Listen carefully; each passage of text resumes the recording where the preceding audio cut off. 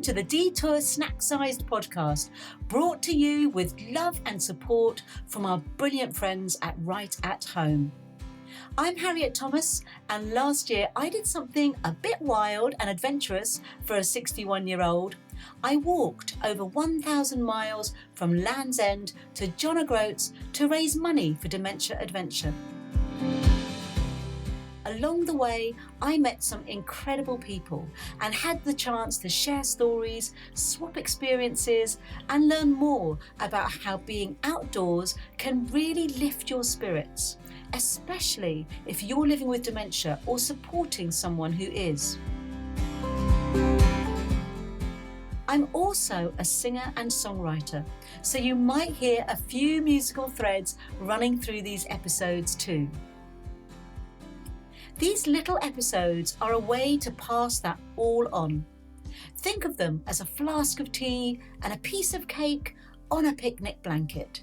Short, sweet, and full of the good stuff. Whether you're planning your own big green picnic or just looking for simple ways to connect with nature and to each other, I hope this gives you a few ideas and sparks some lovely moments. Our sponsor, Right at Home, is committed to helping people live independently and happily in their own homes and communities, making them the ideal partner for this celebration of nature, community, and connection. So grab a cuppa, settle in, and let's discover together how small moments outdoors can make a big difference.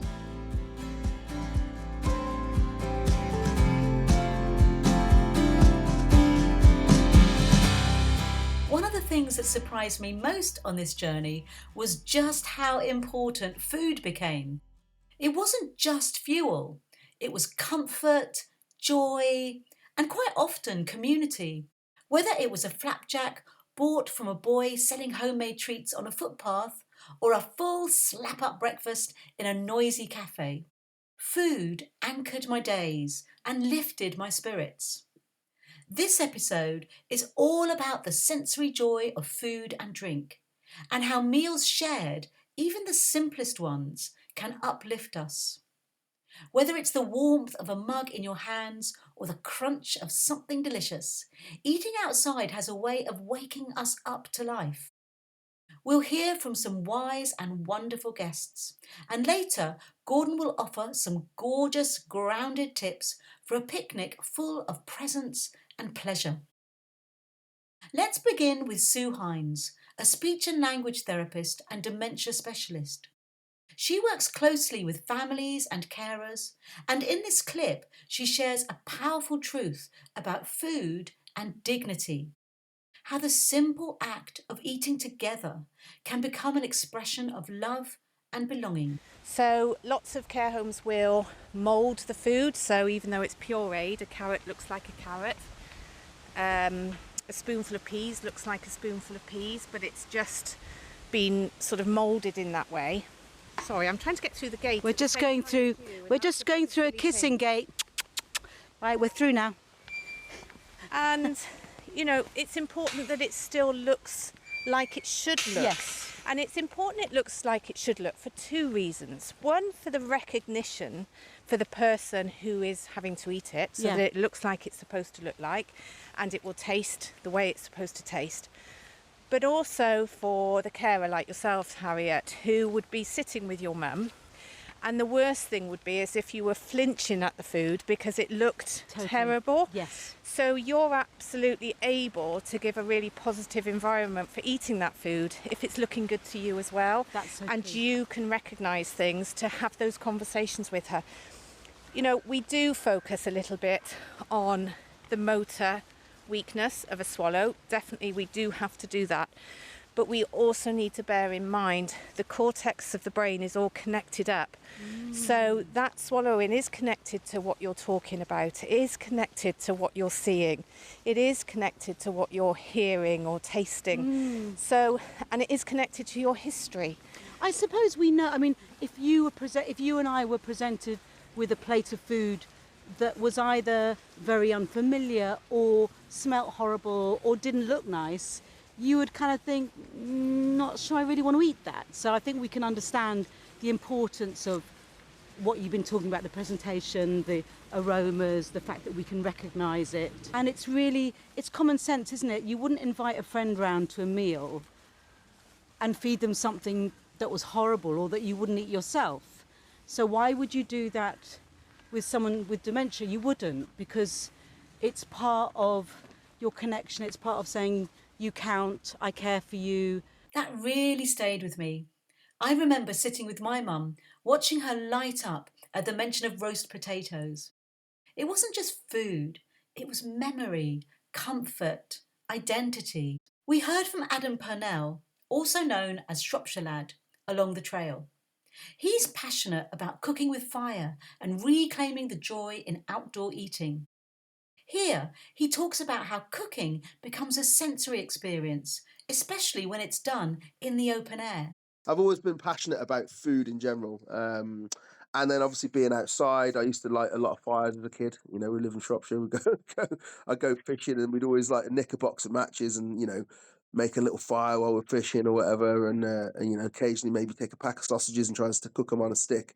So I think it's always been in me to, you know, to cook with fire. But yeah, it's been in the last sort of 8 years where the hobby has become my full-time job. There's nothing that you can't do outside on a fire that you can do in a kitchen, but there's so much that you can't do in a kitchen that you can do with a fire, because it brings theatre, it brings flavors that you can't you can't replicate from in a kitchen, really, like the smoke being the main thing, really, but also just like something cooked over charcoal, which charcoal doesn't produce any smoke really, and you don't get smoky flavor, but the flavor of something that's been like caramelized over a fire like that is not the same as anything you can represent in a pan or in an oven.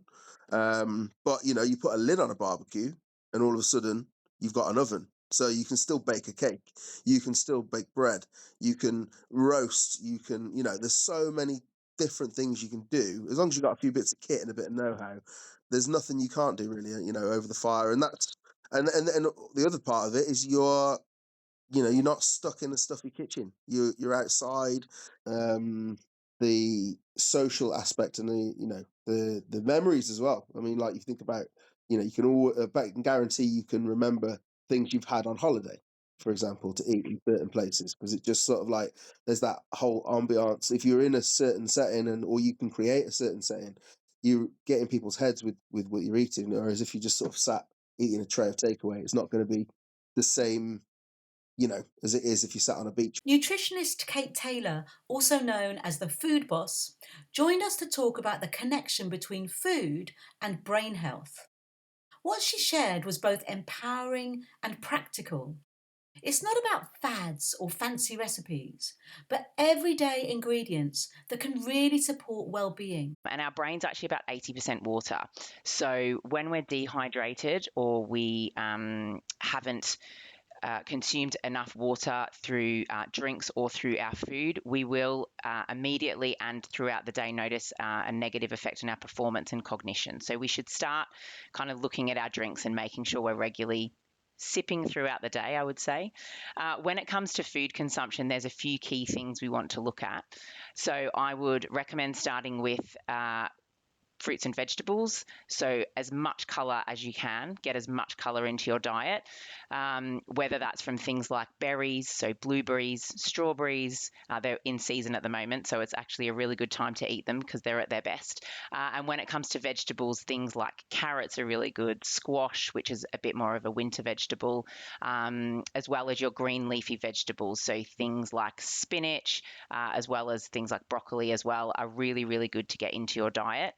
The reason we encourage lots of colour within the fruit and veg is for a number of reasons. One of them is to increase fibre consumption, which is really, really good for your gut.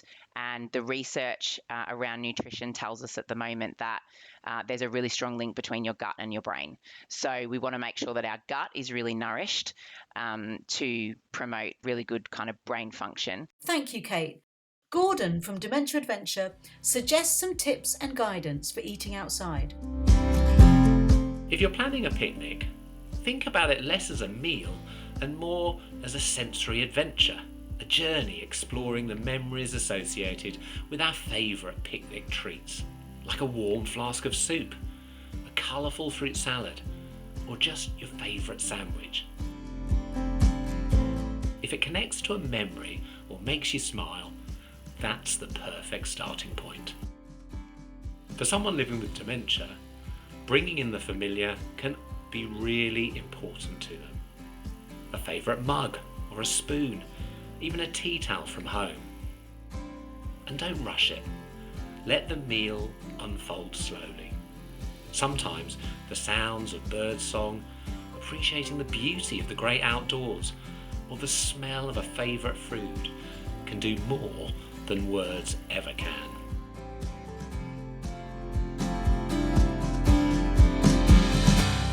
Listening to Sue, Adam and Kate, what really stays with me is how much food is about care. It doesn't have to be elaborate. It can be a bowl of soup, a flapjack, a flask of tea. But it's in the offering, the attention, the sharing. So if you're putting together a picnic, big or small, try not to worry about what's missing. Instead, think about what feels right. Something loved, something nostalgic, something shared. That's what turns a meal into a moment. Thanks for joining me on this snack-sized episode of The Detour. Next time, we'll be talking about how movement in nature supports both body and mind. And if you'd like to hear more from the original Detour podcast, just head to detour.uk. That's dtour.uk.